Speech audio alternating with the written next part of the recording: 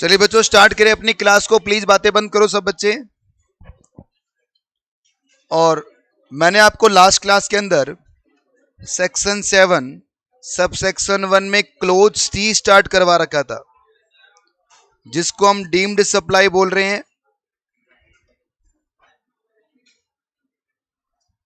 और ये जो आपकी डीम्ड सप्लाई है, इसमें शेड्यूल फर्स्ट अप्लाई होता है बच्चों, याद है ना आपको? शेड्यूल फर्स्ट, और इसका पहला पैरा हमने कंप्लीट कर लिया था। पैरा फर्स्ट जो क्या बोलता है कि अगर आपने अपनी बिजनेस एसेट्स को परमानेंटली ट्रांसफर किया है और उस पर आपने आईटीसी क्लेम कर लिया और बदले में कोई पेमेंट चार्ज नहीं की, तो ये 71C की सप्लाई बन जाएगी। पर यदि आपने बिजनेस एसेट्स को टेम्परेरी ट्रांसफर किया है या फिर बदले में क्या चार्ज कर लिया है, कंसीडरेशन चार्ज कर लिया, या फिर आईटीसी क्लेम नहीं किया था, तो ये 71C की सप्लाई नहीं रहेगी भाई। ठीक है। और अब हम पैरा 2 स्टार्ट करने वाले हैं। पैरा 2 क्या बोलता है कि जब दो डिस्टिंक्ट पर्सन या रिलेटेड पर्सन आपस में कोई सप्लाई करते हैं तो इसे 71C की सप्लाई में कंसीडर कर लिया जाएगा, बशर्ते कंसीडरेशन नहीं है पर बिजनेस कनेक्शन है। सुनो, मैं आपको एक बार इस चैप्टर को यहां स्टॉप करता हूं और चैप्टर नंबर 7 पे लेके चलता हूं। चैप्टर 7 जो आपका है वो रजिस्ट्रेशन का चैप्टर है बच्चों। इसमें हम एक सेक्शन पढ़ेंगे, सेक्शन 25 सबसेक्शन 4।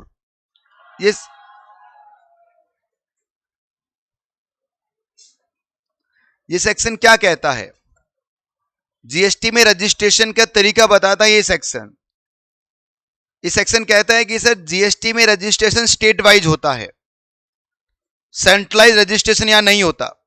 मतलब मान लो आपका एक ब्रांच राजस्थान में है और एक ब्रांच यूपी में है, एक ब्रांच यहां एक ब्रांच यहां, तो क्या करना पड़ेगा आपको राजस्थान में भी रजिस्ट्रेशन करवाना पड़ेगा और आपको यूपी में भी क्या करवाना पड़ेगा, रजिस्ट्रेशन करवाना पड़ेगा।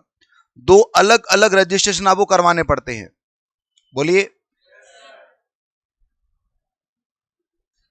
अगर आपका एक स्टेट में 2 ब्रांच है, राजस्थान में मेरी 2 ब्रांच है बच्चों, एक जोधपुर में एक जयपुर में है, तो अब सेक्शन 75 सबसेक्शन 4 क्या बोलता है कि आपकी मर्जी है, आप चाहो तो दोनों का एक रजिस्ट्रेशन करवा लो या चाहो तो आप अलग अलग करवा लो। तो कुल मिला के कहने की बात इतनी सी है बच्चों, जीएसटी में रजिस्ट्रेशन क्या होता है आपका, स्टेट वाइज होता है। अलग अलग स्टेट में ब्रांचेज है आपकी, तो आपको अलग अलग रजिस्ट्रेशन करवाना पड़ेगा। एमसीसी की एक ब्रांच राजस्थान में और एक ब्रांच यूपी में है, तो आपको 2 रजिस्ट्रेशन लेने पड़ेंगे, एक किसके, राजस्थान के लिए और एक किसके लिए। अगर एमसीसी की सारी ब्रांच राजस्थान में ही है तो आप एक भी ले सकते हो और अलग अलग भी ले सकते हो। अब अगर आपने अलग अलग रजिस्ट्रेशन लिया है, तो इस केस में क्या होगा, तो गवर्नमेंट कह रही है कि यूपी वाली ब्रांच और राजस्थानी ब्रांच आपस में डिस्टिंक्ट पर्सन मानी जाएगी, अलग अलग पर्सन मानी जाएगी। अब यूपी वाली ब्रांच से राजस्थान की ब्रांच में या राजस्थान की ब्रांच से यूपी वाली ब्रांच में कोई सर्विसेज या गुड्स का ट्रांसफर हुआ है बिना किसी कंसीडरेशन के, तो वो 71C में कवर हो जाएगा। आई क्या बात समझ में? थोड़ा सा और प्रैक्टिकली सोचिए कि सर जो भी आप कपड़े पहनते हैं या फिर जो भी आप प्रोडक्ट वगैरह परचेज करते हैं, क्या वो एक जगह ही बनता है क्या? नहीं सर, अलग अलग जगह बनता है। बनता कहीं और है, ऑफिस कहीं और है उसके। तो अब मान लीजिए बनाया आपने उसे राजस्थान में है और ऑफिस कहां खोल रखा है आपने, अपना दिल्ली में खोल रखा है, तो यहां से यहां ट्रांसफर हो रहा है गुड्स। ये क्या आप अपने ही सामान को खरीदोगे क्या? नहीं, बस आप तो मंगवाओगे। पर गवर्नमेंट क्या बोल रही है, मंगवाओगे तो भी ये 71C में हम कवर रखेंगे। कोई कंसीडरेशन तो नहीं है ना, पर क्या है इसमें, बिजनेस तो है। आई बात समझ में? तो अब पैरा नंबर 2 क्या बोलता है बच्चों कि अगर डिस्टिंक्ट पर्सन या रिलेटेड पर्सन ने आपस में कोई ट्रांजैक्शन किया है और कंसीडरेशन चार्ज नहीं किया, पर बिजनेस है तो इस केस में क्या होगा, 71C की सप्लाई बन जाएगी। ठीक है, जल्दी से ओपन कीजिए आप नोट्स, और नोट्स में 71C की सप्लाई को पढ़ना स्टार्ट करो बच्चों। पैरा नंबर कौन सा आएगा, कितने गया, आजा भैया, आजा आजा आजा।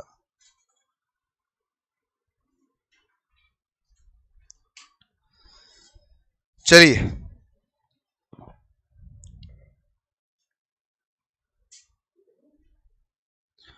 पैरा नंबर 2 है सप्लाई ऑफ गुड्स और सर्विसेज बिटवीन रिलेटेड पर्सन और डिस्टिंक्ट पर्सन। अगर आपने सप्लाई हुई है किसके बीच में, रिलेटेड पर्सन और डिस्टिंक्ट पर्सन के बीच में, और कंसीडरेशन नहीं है, बट इसमें क्या है बच्चों, बिजनेस है, तो ये कहां कवर होगा, पैरा 2 में कवर हो जाएगा। अब क्वेश्चन ये उठता है कि सर रिलेटेड पर्सन कौन होते हैं और डिस्टिंक्ट पर्सन कौन होते हैं। डिस्टिंक्ट में तो मैंने बताया आपको कि आपके ही ब्रांच के दो अलग अलग रजिस्ट्रेशन आपस में क्या बन जाएंगे, डिस्टिंक्ट पर्सन बन जाएंगे। और रिलेटेड पर्सन किसे कहेंगे, उसकी डेफिनेशन ये रही, पढ़ते हैं। सबसे पहले, such person are officer, director, partner of one another business. For example, एक कंपनी ए लिमिटेड है और एक कंपनी बी लिमिटेड है। मैं ए लिमिटेड में भी डायरेक्टर हूं और बी लिमिटेड में भी डायरेक्टर हूं, तो अब ए और बी आपस में क्या बन जाएगी, रिलेटेड पर्सन बन जाएगी। आई क्या बात समझ में। मिस्टर पवन यहां पर भी डायरेक्टर ऑफिसर है और यहां पर भी डायरेक्टर ऑफिसर है, तो ये दोनों कंपनी आपस में क्या बनेगी, रिकॉग्नाइज पार्टनर ऑफ बिजनेस। आपके पास तो एग्जांपल होगा बना हुआ इसका, मेरे पास यहां बिखर गया है बच्चों, खुल गया पूरा ये। तो इस केस में क्या होगा बताइए,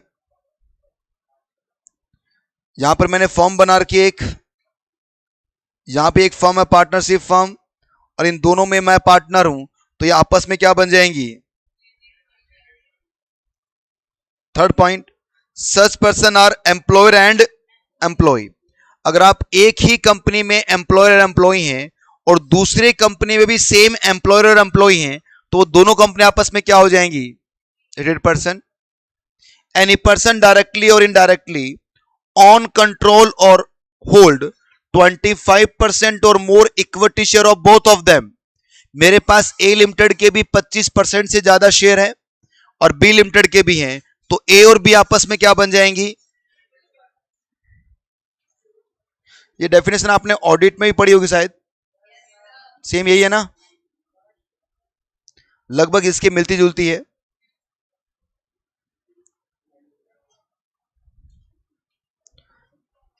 वन ऑफ देम डायरेक्टली और इनडायरेक्टली कंट्रोल अदर। दो लोगों को एक पर्सन ने कंट्रोल कर रखा है, मैंने इनको भी कंट्रोल कर रखा और इनको भी कंट्रोल कर रखा है, और मैं इन दोनों कंट्रोल कर रहा हूं, तो ये दोनों आपस में क्या हो जाएंगे, या फिर ये दोनों मुझे कंट्रोल कर रही हैं, तो ये आपस में क्या बन जाएंगे, देख लो। Both of them are directly और indirectly control by a third person. अब पॉइंट नंबर जो 7 है ना, उस पे लगा दो ट्रिपल स्टार, क्योंकि बच्चों जो आप गलती करोगे वो इसी पॉइंट पे गलती करोगे। जो भूलने वाली, देखो बाकी पूरा डेफिनेशन छोड़ दो, चाहे कोई डरने वाली बात नहीं है, नहीं आता एग्जाम के अंदर, ये पॉइंट मत छोड़ देना। मोस्ट इंपॉर्टेंट पॉइंट ये है कि sir member of same family. अगर आप एक ही फैमिली के मेंबर हैं तो आप क्या बन जाएंगे, रिलेटेड पर्सन। अब मेंबर को दो पार्ट में भाग रहा, पहला क्या है, डिपेंडेंट और नोट, स्पाउस और चिल्ड्रन, और डिपेंडेंट कौन सा, पेरेंट्स, ब्रदर, सिस्टर और ग्रैंड पेरेंट्स। सर क्या, सुनिए, मेरी वाइफ और मेरे बच्चे हमेशा मेरे ऊपर क्या रहेंगे, हमेशा मेरे रिलेटेड पर्सन माने जाएंगे, चाहे वो मुझ पर डिपेंड हो या नहीं हो। मेरी वाइफ और मेरे बच्चे हमेशा मेरे क्या माने जाएंगे, रिलेटेड पर्सन, चाहे मुझ पे वो डिपेंड हो या नहीं हो। बट मेरे पेरेंट्स, मेरे ब्रदर सिस्टर्स, मेरी ग्रैंड पेरेंट्स, ये मेरे रिलेटेड तभी होंगे,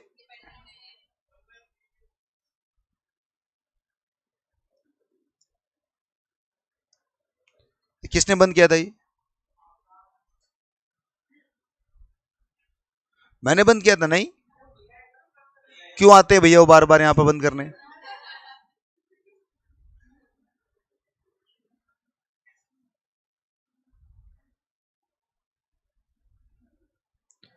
एक मिनट बच्चों, मैं फिर से रिपीट कर रहा हूं जो मैंने पढ़ाया अभी। हम डिपेंडेंट, हम पैरा नंबर थर्ड पढ़ रहे हैं बच्चों, जल्दी से देखो।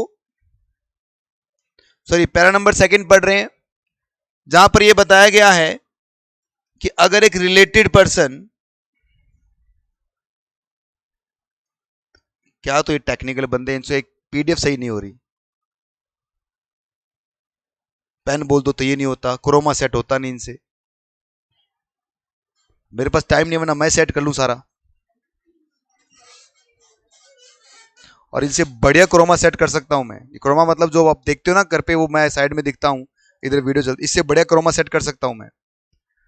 यहां तो थोड़ा हाथ ऊपर करते कट गया हाथ, देख लो चाहे मेरा,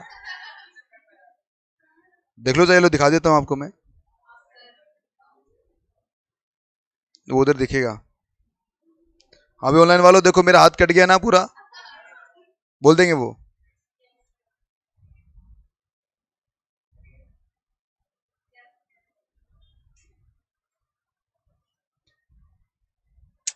चलो जैसा भी है, अब चल रहा है तो चलने दो। इधर सुनो, अब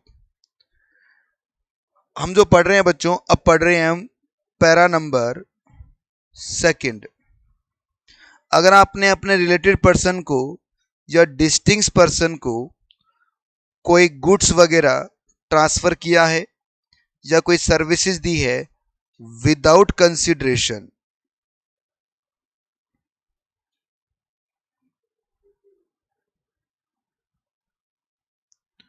तो इस केस में क्या होगा? इस केस में क्या होगा बच्चों? ये अंडर सेक्शन 71C में कवर हो जाएगा, बशर्ते बशर्ते ये बिजनेस होना चाहिए। ठीक है।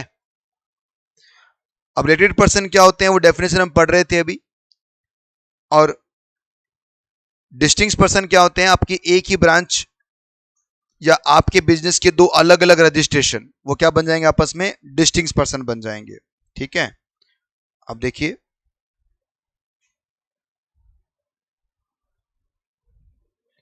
इसमें पॉइंट नंबर 7 क्या बोलता है कि मेंबर ऑफ सेम फैमिली, आप अपने ही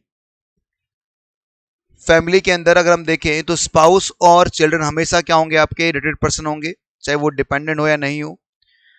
पर जो आपके पेरेंट्स वगैरह हैं, या ब्रदर सिस्टर, या फिर ग्रैंड पेरेंट्स हैं, ये क्या होंगे बच्चों? आपके डिपेंडेंट होंगे, तभी क्या होंगे? आपका 71C में कवर किया जाएगा। एक चिट्ठी निकालो, एक क्वेश्चन लिखो चिट्ठी पे।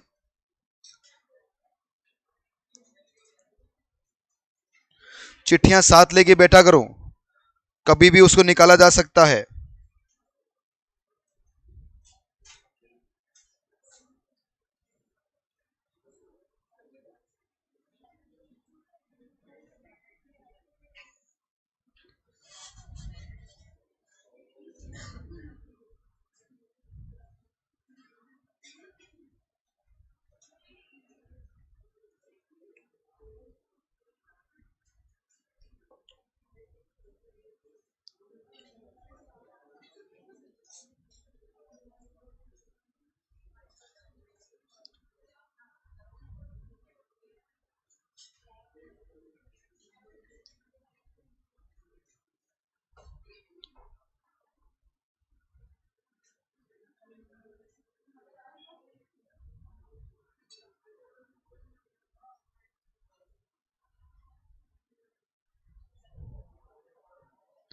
सप्लायर है बच्चों ब्रदर,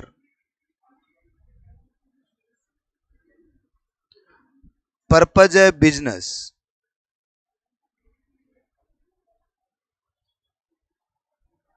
कंसिडरेशन आपको दे रखा है, तो सप्लाई 71A में कवर होगी।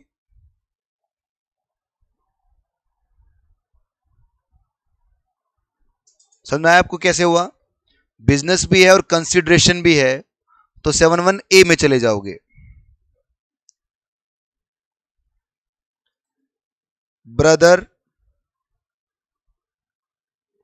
Personal, yes. बताओ क्या होगा? क्या 71A में जाएगा? क्या क्या बी में जाएगा? अरे नहीं जाएगा, इंपोर्ट ऑफ सर्विस जाता है बी के अंदर। क्या सी में जाएगा? क्या सी में जाएगा? अरे कंसिडरेशन आ गया, सी में भी नहीं जाएगा। No supply.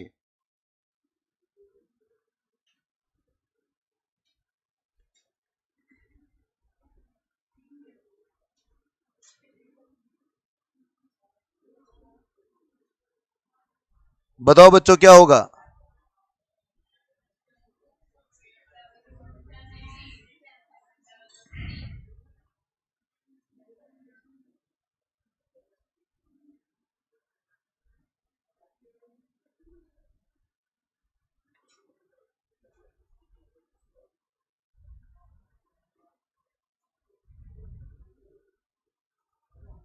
सप्लाई नहीं मानी जाएगी, ठीक है।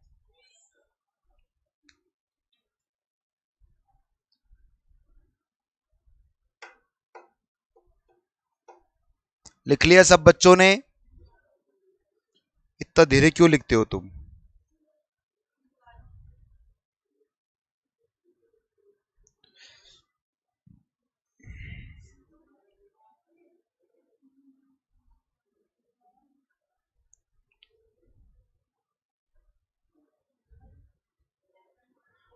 डायरेक्ट टैक्स को चाहे आप डेली पढ़ो नहीं पढ़ो, मुझे उससे फर्क नहीं पड़ता बच्चों, पर जीएसटी रोज पढ़ते रहना।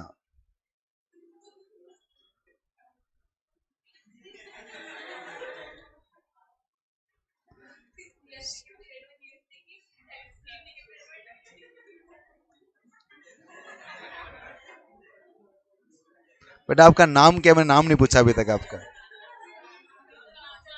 मुस्कान,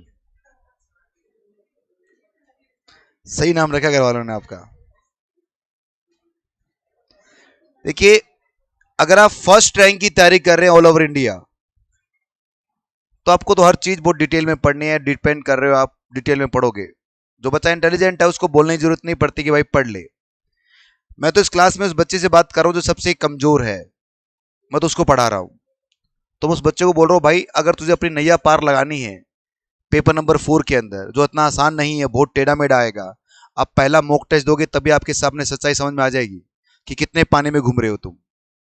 ये पेपर सीधा नहीं आता, मैं तो घुमा घुमा के क्वेश्चन बनाता हूं। बहुत सारे बच्चे बोलते सर इतना क्यों घुमाते हो आप? अरे भाई अभी घूम ले जितना घूम सकता है, एग्जाम में घूमेगा तो फिर घूम के वापस आना पड़ेगा। समझ रहे हो? घूम के वापस आना पड़ेगा मतलब 6 महीने बाद, क्योंकि घूमना जरूरी है। ये वो सब्जेक्ट है बच्चों जो आपकी नैया पार लगाएगा। 40 नंबर का है, आसान है, कंपेयर टू डीटी बहुत इजी है। और इसको और बेहतरीन तरीके से इजी बन जाएगा ये कि नोट्स पढ़ लेना, कुछ नहीं जाएगा बाहर। आपको पूरा पेपर दिखाऊंगा इस बार का जो आया था एग्जाम के अंदर, एक लाइन बाहर नहीं की नोट से। ये नहीं, पिछले 5 अटेम्प्ट उठा के देख लेना आप चाहे। और ये नहीं कि नोट्स एक बार बनते हैं, हर बार बनाने पड़ते हैं मेरे को। ये नोट्स में हर बार मुझे लिखने पड़ते हैं, क्योंकि डायरेक्ट टैक्स और इनडायरेक्ट टैक्स में अमेंडमेंट आता है बच्चों, और मेजर अमेंडमेंट आते हैं, तो लिखने पड़ते हैं बैठ के। और वो आदत पड़ी हुई है मुझे लिखने की, उसमें टेंशन मत लेना आप। तो इसलिए इसको डेली देखो, पढ़ना तो देखो दोनों चीजें हैं। अगर आपको बढ़िया क्लैरिटी लेके आनी है डायरेक्ट टेक्स्ट में, तो डेली पढ़ना पड़ेगा आपको। आप सोच रहे हैं एक दिन पढ़ ले 4 दिन बाद देखेंगे तो कुछ समझ में नहीं आएगा। बट इसको कम से कम पास होने वाले बच्चों से मैं बोल रहा हूं, 40 में से 35 नंबर अगर आप यहां से उठा लोगे, तो वहां सिर्फ आपको 10-15 ही उठाने हैं जो एमसीक्यू में ले जाओगे तुम, क्योंकि नेगेटिव मार्किंग तो अभी तो स्टार्ट हुआ नहीं है। तो सब में ए भर के आओगे ना, तो भी 30% तो ए ठीक हो ही जाएगा।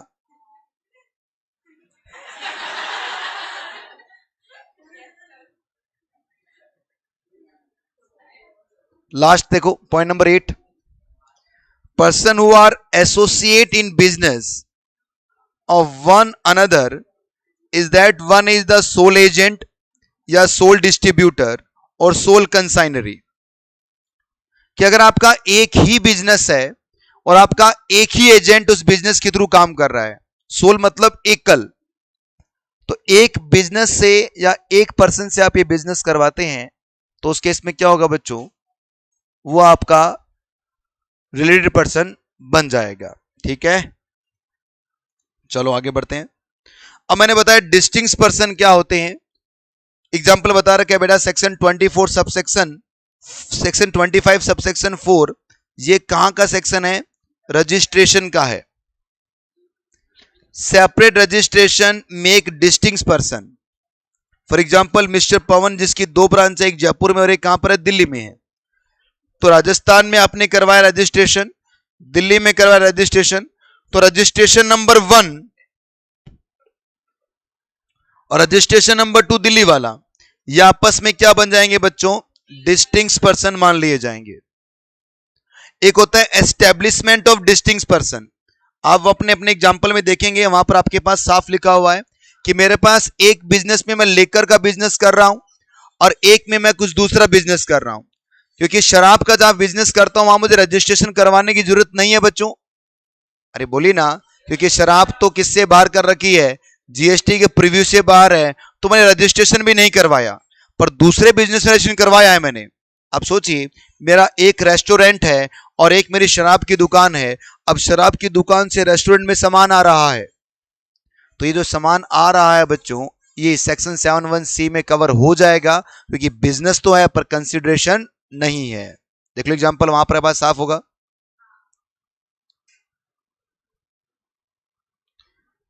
क्या मैंने एग्जांपल में लेकर शॉप और रेस्टोरेंट ही लिखा हुआ है क्या? ठीक है। Establishment shall be treated as the establishment of distinct person. अगले पेज पे आओ। अब नहीं मिलेगा, अब सब सही मिलेगा आपको। हाँ जी,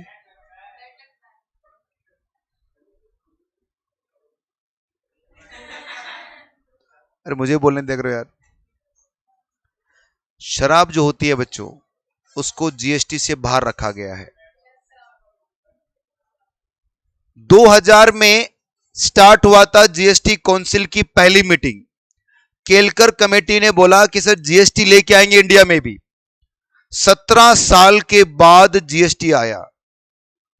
17 साल तक गवर्नमेंट क्या कर रही थी? ड्राफ्ट बना रही थी क्या? अरे वो तो अभी भी नहीं बनाया, कॉपी पेस्ट ही किया है। वो भी यहां से कॉपी वहां से कॉपी पेस्ट कर गया, बन गया जीएसटी एक्ट। इतनी देर लगी है क्या? कॉपी पेस्ट करने में 17 साल लग गए? नहीं, स्टेट गवर्नमेंट को मनाने में 17 साल लग गए। और बाद में हार कर गवर्नमेंट ने क्या बोला कि ठीक है, तुम्हारी शराब तुम रखो। मतलब सभी स्टेट गवर्नमेंट्स ने बोला कि जीएसटी काउंसिल मीटिंग में तभी बैठेंगे यदि शराब के ऊपर बात नहीं करोगे। शराब कौन रखेगा? स्टेट गवर्नमेंट अपने पास रखेगी शराब का रेवेन्यू, क्योंकि मेन रेवेन्यू है बच्चों, बहुत बड़ा रेवेन्यू आता है। शराब की जो बोतल होती है, अगर वो 100 रुपए उसकी कॉस्ट है, तो उस पर बेटा 500 रुपए क्या है? टैक्सीज के हैं। इतना महंगा रेवेन्यू है गवर्नमेंट का। फुल रेवेन्यू मिलता है स्टेट गवर्नमेंट को। तो गवर्नमेंट को बताओ, दूध देने वाली गाय अगर कोई खोल के ले जाए कितनी तकलीफ होती है। तो स्टेट गवर्नमेंट बोल रहे नहीं नहीं नहीं, जीएसटी में सब कुछ ले लो आप, पर शराब की बोतल हमारी रहेगी। मतलब समझ रहे हो ना आप? समझ रहे हो आप? इधर देखो ध्यान से। रजिस्ट्रेशन नंबर 1 राजस्थान में है, रजिस्ट्रेशन नंबर 2 दिल्ली में है। अब राजस्थान से जब दिल्ली में आप स्टॉक ट्रांसफर करोगे बच्चों, तो इसको आप क्या करोगे? पैरा 2 में कवर कर लोगे, और ये सप्लाई कौन सी बन जाएगी? 71C की सप्लाई बन जाएगी, क्योंकि विदाउट कंसिडरेशन क्या हो रहा है? ट्रांसफर हो रहा है। Okay, next point, supply of goods और सर्विसेज और both between the employer and employee. एक एम्प्लॉयर ने अपने एम्प्लॉय को जो सर्विसेज दी है, उसको सप्लाई में कब कवर किया जाएगा? देखो ध्यान से, ये एम्प्लॉय है और ये सर्विस किसको दे रहा है बच्चों? एम्प्लॉयर को। एम्प्लॉय और एम्प्लॉयर की सर्विसेज को नेगेटिव लिस्ट में कवर किया गया। हम आगे पढ़ेंगे नेगेटिव लिस्ट अभी। तो इसे नेगेटिव लिस्ट में कवर किया गया, इस पे क्या नहीं लगेगा? जीएसटी नहीं लगेगा। पर जब एक एम्प्लॉयर ने अपने एम्प्लॉय को सप्लाई ऑफ गुड्स या सर्विसेज दे दिया, जैसे मैं एक कंपनी में काम करता हूं और मेरी कंपनी पानी की बोतल बनाती है, मैं खूब काम करता हूं वहां पर, और एक दिन मैंने बोला कि सर एक पानी की बोतल हमें भी दे दो, हम रोज बनाते हैं ये पानी की बोतल्स, एक बोतल हमें भी दे दो पानी पीने के लिए। तो मैंने कहा चलो ठीक है। कंपनी ने मुझे गिफ्ट में क्या दे दिया, एक पानी की बोतल दे दिया। अब जो एम्प्लॉयर ने मुझे गिफ्ट दिया है बच्चों, इसका मतलब एम्प्लॉयर ने मुझे सप्लाई किया है पानी का बोतल, फ्री ऑफ कॉस्ट दिया है मुझे। फ्री ऑफ कॉस्ट इसका मतलब 71C आ जाएगा बच्चों। अब गवर्नमेंट कह रही है कि अगर इसकी वैल्यू 50,000 तक की है तो 71C मत लेके आना, 50,000 से ऊपर की है तो 71C में हम कवर करेंगे। एक डायरेक्ट टैक्स में हम चलेंगे, वहां पर सेक्शन 56(2)(10) पढ़ाऊंगा बच्चों आपको मैं, गिफ्ट का टैक्सेशन, कैपिटल गेन के साथ उसका लिंक भी करेंगे अपन। तो गिफ्ट के टैक्सेशन की वैल्यू भी कितनी बता रखी है वहां पर, 50,000 की बता रखी है। यहां पर याद रखना कि एक एम्प्लॉयर ने जब एम्प्लॉय को गिफ्ट दिया है, परकेजिट्स याद करो आप अपने सैलरी हेड के अंदर, याद है परकेजिट्स दिए थे था वो 5,000 की वैल्यू, 5,000 से ऊपर वगैरह वगैरह। तो यहां पर सेम बात यहां पर भी लिखी है कि अगर एम्प्लॉय ने एम्प्लॉयर को सर्विस दी है तो नेगेटिव लिस्ट में कवर है, पर एम्प्लॉयर ने एम्प्लॉय को गुड्स या सर्विसेज दी है विदाउट एनी कॉस्ट, तो अगर इस पानी की बोतल का प्राइस 50,000 तक का है तो जीएसटी में कवर नहीं होगा, मतलब एम्प्लॉयर को 71C में कवर नहीं किया जाएगा। पर मान लो ये बोतल आपकी सिल्वर की है या गोल्ड की है और इसकी वैल्यू कितनी है, 5 लाख रुपए की है, जो मेरे एम्प्लॉयर ने मुझे दे दिया है। अब बताओ क्या होगा, 71C में कवर होगा, क्योंकि वो गिफ्ट दे रहा है और गिफ्ट फ्री में मिलते हैं बच्चों। ये गिफ्ट है, ये थोड़ी कि मैंने आपको गिफ्ट दिया, लो मैं आपको गिफ्ट देता हूं, लो 500 रुपए दे दो। फिर किस बात का गिफ्ट, गिफ्ट का मतलब क्या होता है, फ्री में देना। तो एक एम्प्लॉयर ने मुझे जब फ्री में पानी की बोतल दी होगी और अगर उसकी वैल्यू 50,000 रुपए तक की है तो जीएसटी चार्ज नहीं होगा, 71C में कवर नहीं होंगे। 50 से ऊपर होगी तो जीएसटी में कवर हो जाएगा। पढ़िए जल्दी से इसको,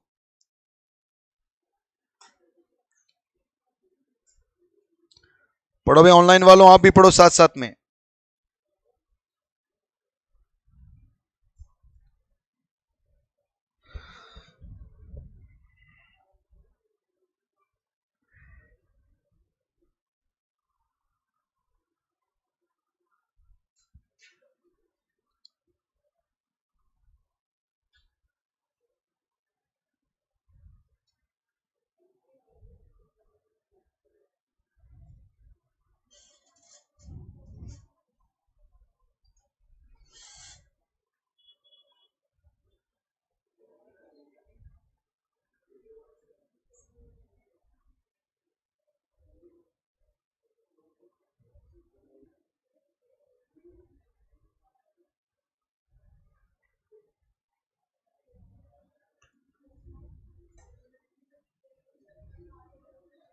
आगे समझ में आपको?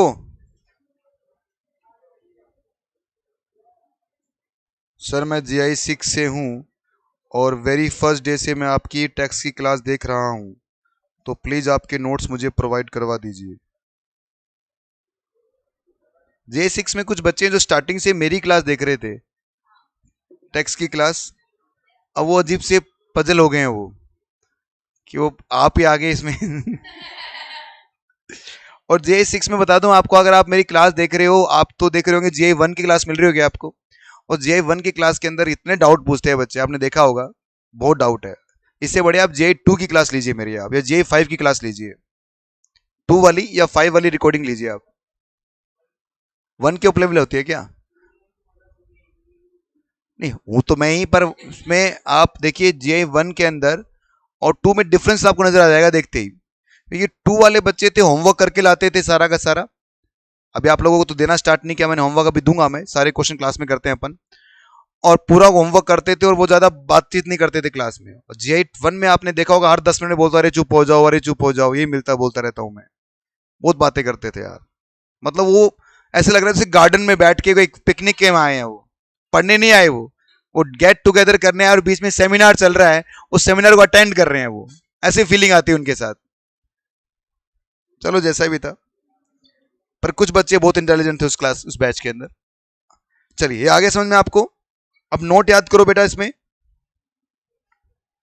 परकेजिट्स बाय एम्प्लॉय टू एम्प्लॉय। तो जो परकेजिट्स दिए हैं एक एम्प्लॉयर ने अपने एम्प्लॉय को, इसे कभी भी क्या नहीं मानोगे आप, सप्लाई नहीं मानोगे, जैसे RFA, membership fees, club etcetera. सिर्फ किसको कवर किया गया परक्विजिट्स में? गिफ्ट को कवर किया गया है। बढ़े आगे। अब हम पैरा 3 पढ़ने जा रहे हैं, जो काफी परेशान करेगा आपको। तो आप परेशान ना हो इसलिए पहले ही मिनट से ध्यान से सुनना क्या है ये। पैरा 3 हमारे मॉड्यूल में इसको 7 पेज में लिखा हुआ है, और 7 पेज पढ़ने के बाद में भी आपको क्लैरिटी नहीं आएगी कि बोलना क्या चाहता है मॉड्यूल। इसको मैंने 1 पेज में कवर किया है, और उसके बाद में बिल्कुल क्लियर हो जाएगा कि सर कहना क्या चाहते हैं, किसकी बात कर रहे हैं ये। सबसे पहले जो आपका पैरा 3 है, ये शेड्यूल कौन सा है हमारा? फर्स्ट, मतलब 71C की बात हो रही है। देखिए, मैं प्रिंसिपल हूं, और मैंने अपने एजेंट को बोला कि ये पानी की बोतल किसको बेच दे? कस्टमर को बेच दे। बहुत सारे ऐसे एजेंट लोग होते हैं बच्चों, जो अपने एजेंट के थ्रू क्या करवाते हैं? अपना बिजनेस करते हैं। तो मैंने गुड्स किसको सेंड किया होगा? और एजेंट ने गुड्स किसको सोल्ड कर दिया होगा? ठीक है। कस्टमर किसको पेमेंट करेगा? और एजेंट किसको दे देगा? और मैं बदले में क्या दे दूंगा? कमीशन दे दूंगा। ये नॉर्मल है। ये है सेलिंग एजेंट बेटा। एक होता है बाइंग एजेंट। वो क्या करता है? मेरे बिहार पर गुड्स परचेज करके लाता है। जस्ट ये जो कहानी है उल्टी हो जाएगी कि एक सप्लायर है जो गुड्स किसको बेचेगा, और एजेंट किसको दे देगा? प्रिंसिपल को। मैं इसको पेमेंट करूंगा और ये इसको पेमेंट कर देगा।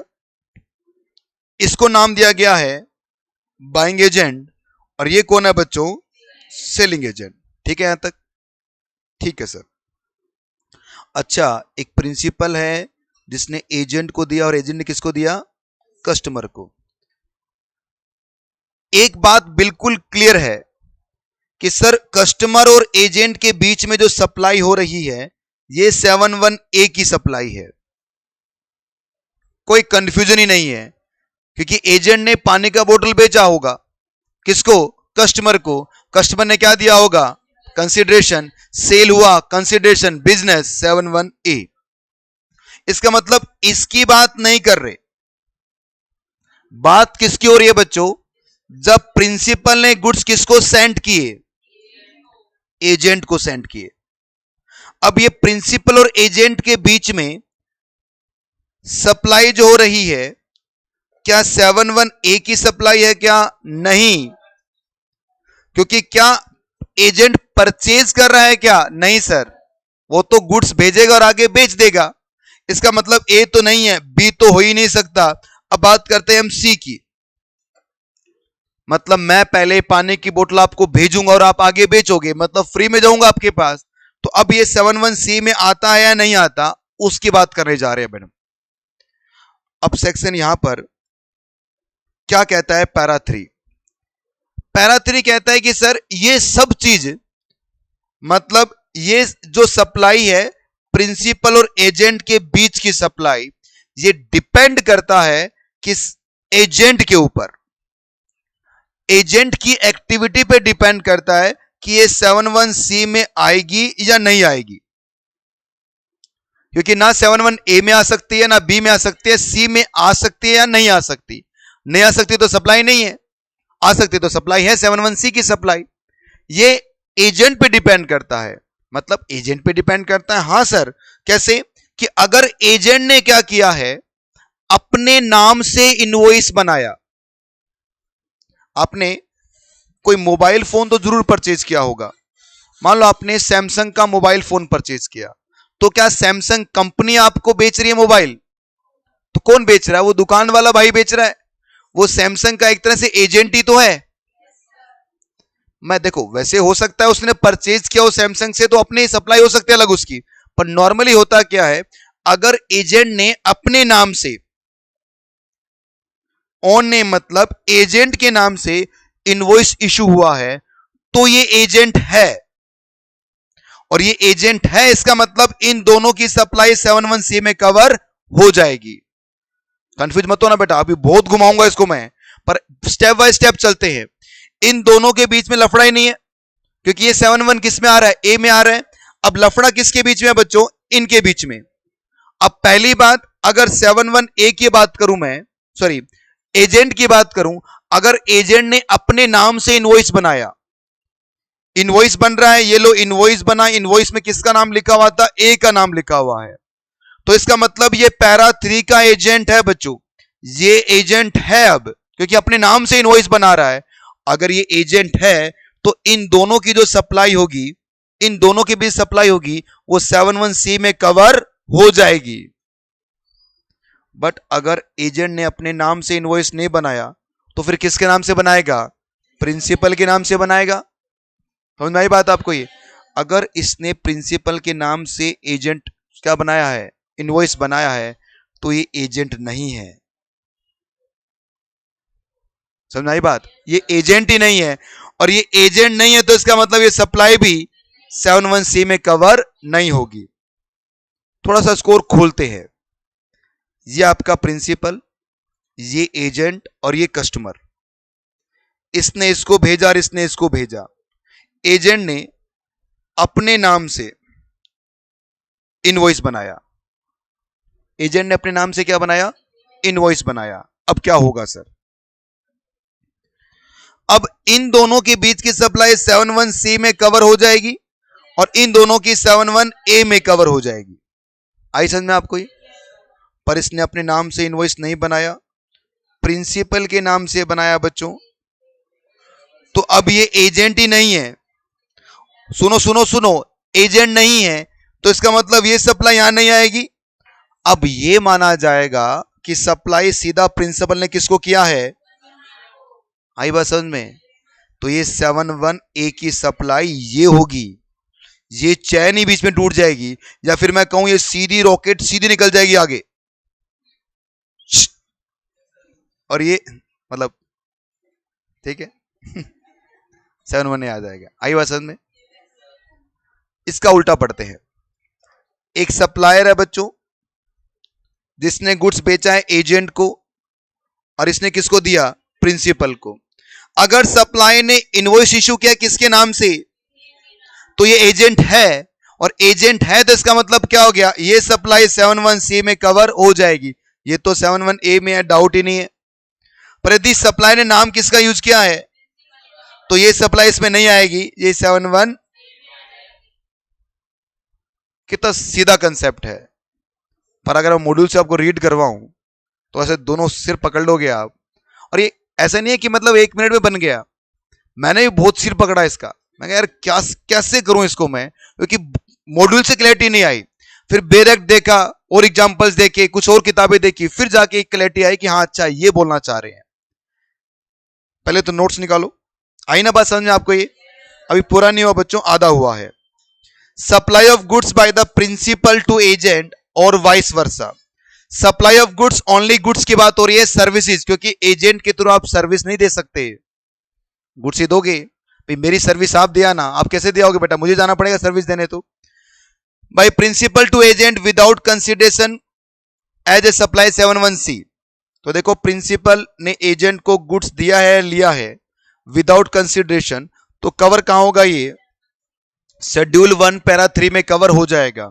एजेंट आपके दो टाइप के, कौन सा होता है, एक कौन सा है, बाइंग का मतलब जो परचेज करेगा किसके बिहाफ पर, और जो सेल करेगा किसके बिहाफ पर, ये कौन सा होगा, सेलिंग एजेंट। बढ़े आगे, scope of principal and reply. Case number 1, invoice for further supply is being issued for the agent his own name और नॉट। ये कौन सा एजेंट है, थोड़ा सा ये फट फुट गया बच्चों, ऊपर नीचे हो गया, पर अब समझिए हो क्या रहा है। ये प्रिंसिपल है जिसका नाम क्या है, राम, ये बेटा एजेंट जिसका नाम क्या है, मोहन, और ये कस्टमर जिसका नाम क्या है, सोहन। अब इसने ये सप्लाई इसको किया है, अब एजेंट ने क्या किया बच्चों, इशू किया इनवॉइस किसके नाम से, प्रिंसिपल के नाम से, दैट इज राम का नाम, तो इसका मतलब एजेंट नहीं है, और नहीं है तो क्या होगा, agent is not cover under para 3 of schedule first. तो सप्लाई राम टू मोहन जो है वो प्रिंसिपल टू एजेंट, इसका क्या होगा बच्चों, ये सप्लाई नहीं मानी जाएगी। यदि एजेंट ने इनवॉइस किसके नाम से इशू किया है, अपने नाम से, मतलब एजेंट मोहन के नाम से, तो ये एजेंट है पैरा 3 का, और एजेंट है तो Ram to Mohan principal to agent consider होगा 7-1। बोलिए, और इनकी तो कहां कवर हो रही है, बोलो। ये नोट मत पढ़ना, अभी नोट नहीं समझ में आएगा आपको, इससे पहले ये पढ़िए।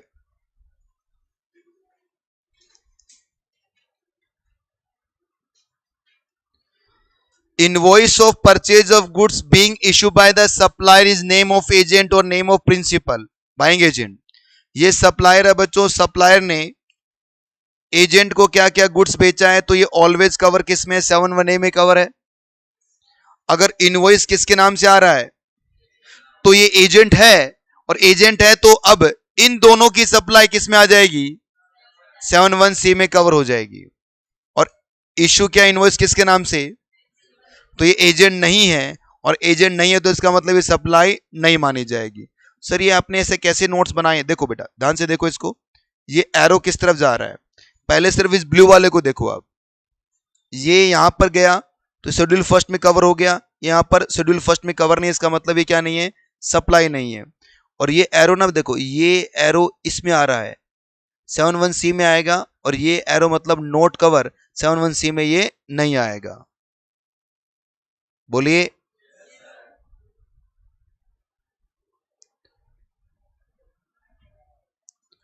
इन केस 1 और 2, 1 कौन सा था, सेलिंग वाला, 2 कौन सा है, बाइंग।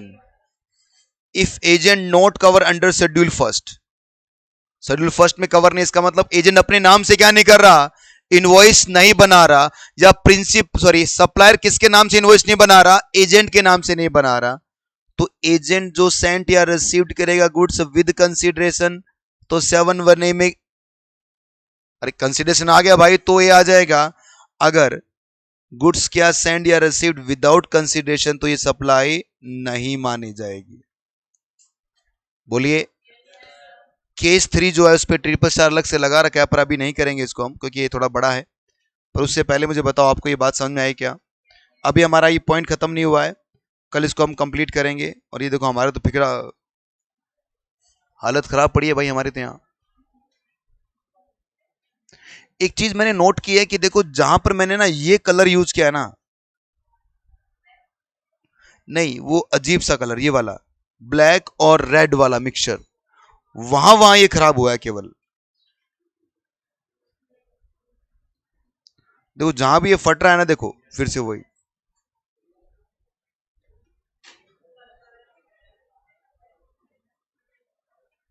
इसका सही वाला भी तो होगा यार, एक मिनट रुको। चलिए बच्चों आज के लिए यहां तक रखेंगे अपनी क्लास को, अब मिलेंगे हम अगली क्लास में, तब तक के लिए बाय।